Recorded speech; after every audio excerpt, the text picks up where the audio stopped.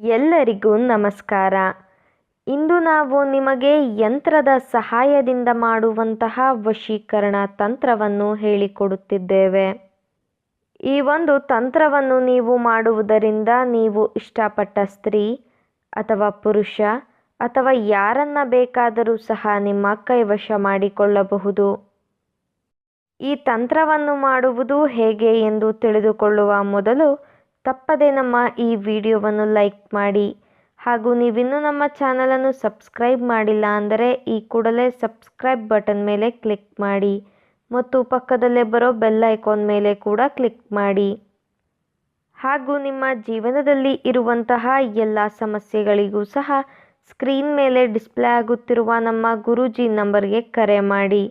ಎಲ್ಲ ರೀತಿಯ ಸಮಸ್ಯೆಗಳಿಗೂ ಸಹ ಶಾಶ್ವತ ಪರಿಹಾರವನ್ನು ಮಾಡಿಕೊಡುತ್ತಾರೆ.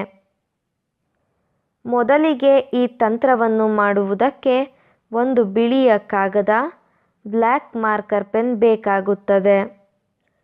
ಮೊದಲಿಗೆ ಮಾರ್ಕರ್ನ ಸಹಾಯದಿಂದ ಕಾಗದದ ಮೇಲೆ ಚೌಕಾಕಾರದ ವೃತ್ತವನ್ನು ಬರೆದುಕೊಳ್ಳಬೇಕು.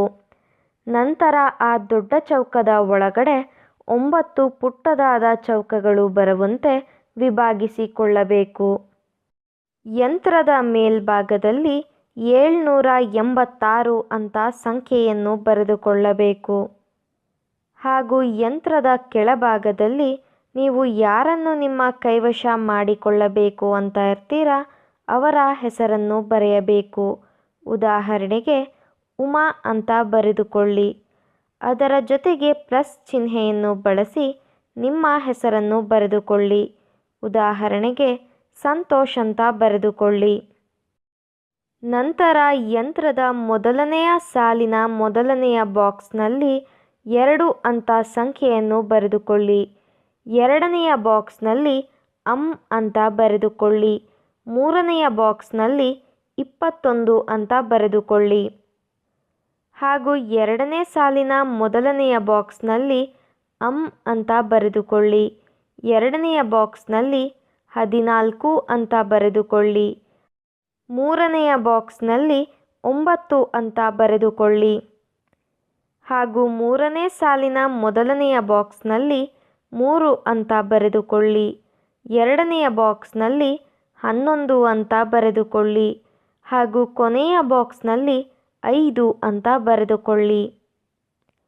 ನೀವು ಈ ತಂತ್ರವನ್ನು ಮಾಡಬೇಕಾದರೆ ನೀವು ಯಾರನ್ನು ನಿಮ್ಮ ಕೈವಶ ಮಾಡಿಕೊಳ್ಳಬೇಕು ಅಂತ ಇರ್ತೀರಾ ಅವರ ಹೆಸರು ಹಾಗೂ ಅವರ ಭಾವಚಿತ್ರವನ್ನು ನಿಮ್ಮ ಮನಸ್ಸಿನಲ್ಲಿಯೇ ನೆನಪಿಸಿಕೊಳ್ಳುತ್ತಾ ಅವರು ಸಂಪೂರ್ಣವಾಗಿ ನಿಮ್ಮ ಕೈವಶವಾಗಲಿ ಎಂಬ ಸಂಕಲ್ಪವನ್ನು ನೀವು ಮಾಡಬೇಕು. ಸಂಖ್ಯೆಯನ್ನು ಬರೆದ ಬಳಿಕ ನಾವು ಹೇಳಿಕೊಡುವ ಈ ಒಂದು ಶಕ್ತಿಶಾಲಿಯಾದಂತಹ ವಶೀಕರಣ ಮಂತ್ರವನ್ನು 21 ಬಾರಿ ಪಠಿಸಬೇಕು. ಆ ಶಕ್ತಿಶಾಲಿಯಾದಂತಹ ವಶೀಕರಣ ಪದ ಯಾವುದು ಎಂದರೆ ಯಾ ಅಲ್ ಹುಬ್. ಪೇಪರನ್ನು ನಿಮ್ಮ ಕೈಯಲ್ಲಿ ಹಿಡಿದುಕೊಂಡು ಈ ಒಂದು ಮಂತ್ರವನ್ನು ನೀವು ಪಠಿಸಬೇಕು. ಮಂತ್ರವನ್ನು ಪಠಿಸಿದ ಬಳಿಕ 2 ಕಲ್ಲನ್ನು ತೆಗೆದುಕೊಂಡು 2 ಕಲ್ಲಿನ ಮಧ್ಯೆ ಪೇಪರನ್ನು ಇಟ್ಟು ಮತ್ತೊಮ್ಮೆ ಮಂತ್ರವನ್ನು 21 ಬಾರಿ ಪಠಿಸಬೇಕು ವೀಕ್ಷಕರೇ. ಈ ರೀತಿಯಾಗಿ ನೀವು ಮಾಡುವುದರಿಂದ ನೀವು ಇಷ್ಟಪಟ್ಟವರು ನಿಮ್ಮ ವಶವಾಗಿ ಬಿಡುತ್ತಾರೆ. ಇದು ಬಹಳ ಶಕ್ತಿಶಾಲಿಯಾದಂತಹ ವಶೀಕರಣ ತಂತ್ರವಾಗಿದೆ. ದಯವಿಟ್ಟು ಈ ತಂತ್ರವನ್ನು ಕೆಟ್ಟದ್ದಕ್ಕೆ ಬಳಸಬೇಡಿ, ಒಳ್ಳೆಯದಕ್ಕೆ ಬಳಸಿ. ಹಾಗೂ ನೀವು ಈ ತಂತ್ರವನ್ನು ಮಾಡುವಲ್ಲಿ ಯಶಸ್ವಿಯಾಗದಿದ್ದರೆ ಸ್ಕ್ರೀನ್ ಮೇಲೆ ಡಿಸ್ಪ್ಲೇ ಆಗುತ್ತಿರುವ ನಮ್ಮ ಗುರೂಜಿ ನಂಬರ್ಗೆ ಕರೆ ಮಾಡಿ. ನಿಮ್ಮ ಎಲ್ಲ ಕಠಿಣ ಸಮಸ್ಯೆಗಳಿಗೂ ಸಹ ಶಾಶ್ವತ ಪರಿಹಾರವನ್ನು ಮಾಡಿಕೊಡುತ್ತಾರೆ. ಹಾಗೂ ಈ ವಶೀಕರಣ ತಂತ್ರ ನಿಮಗೆ ಇಷ್ಟ ಆದಲ್ಲಿ ವಿಡಿಯೋವನ್ನು ಲೈಕ್ ಮಾಡಿ, ಶೇರ್ ಮಾಡಿ ಹಾಗೂ ಕಮೆಂಟ್ ಮಾಡಿ. ವಿಡಿಯೋ ನೋಡಿದ ಎಲ್ಲರಿಗೂ ಸಹ ಧನ್ಯವಾದಗಳು.